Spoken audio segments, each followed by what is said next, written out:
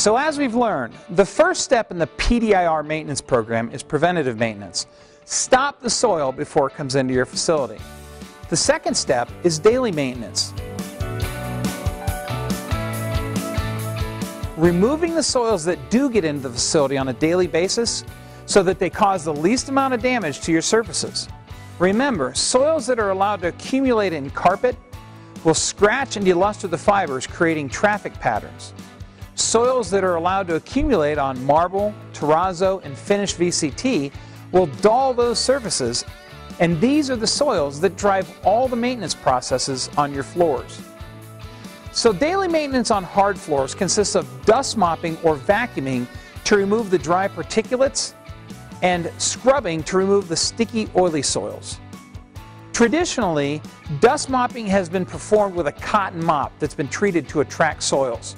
Cleaning the dust mop at the end of the hall is something that every janitor has seen and done. When you push the dust mop down, you get to the end and you give the dust mop a quick shake.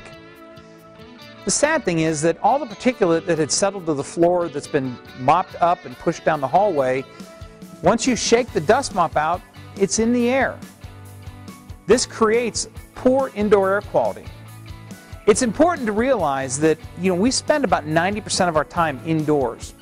The EPA has done studies where they found that the average indoor air quality is 2 to 5 times more polluted than the outside air.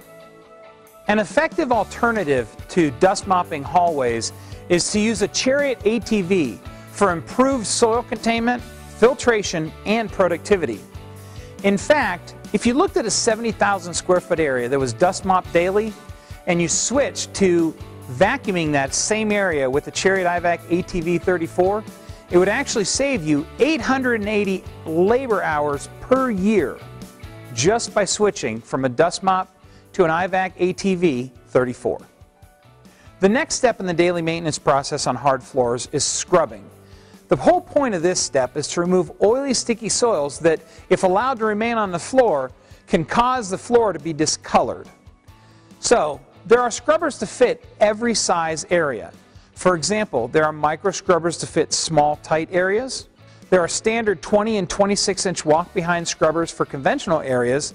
And then there are ultra-productive stand-on scrubbers, which are up to twice as productive as a comparably sized walk-behind, yet still able to maneuver efficiently in tight spaces. In fact, if you looked at an 80,000 square foot area that was scrubbed with a Chariot 3 iScrub 26, you would save 780 hours per year over a conventional 26-inch walk-behind auto scrubber. Daily maintenance on carpeting consists of vacuuming and spotting. Vacuuming is an absolutely critical step because it removes the dry soils that damage your carpet and shorten its useful life.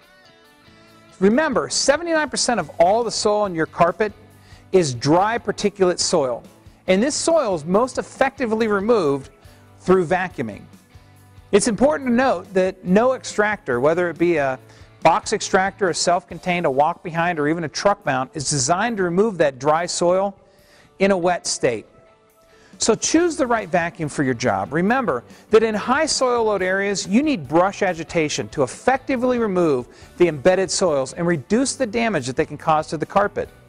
High soil load areas are generally found within the first 40 feet of entrances and transitions from a hard surface to carpet. When you're in the interior of a building, once you're past that first 40 feet, it's all about productivity. And this is where backpack vacuums, wide area vacuums, and the Chariot ATV vacuums excel. In fact, if you looked at a 70,000 square foot area and you took a Chariot IVAC 34 ATV, and it would save you 1,200 hours per year over vacuuming that same area with a conventional 28-inch wide area vacuum.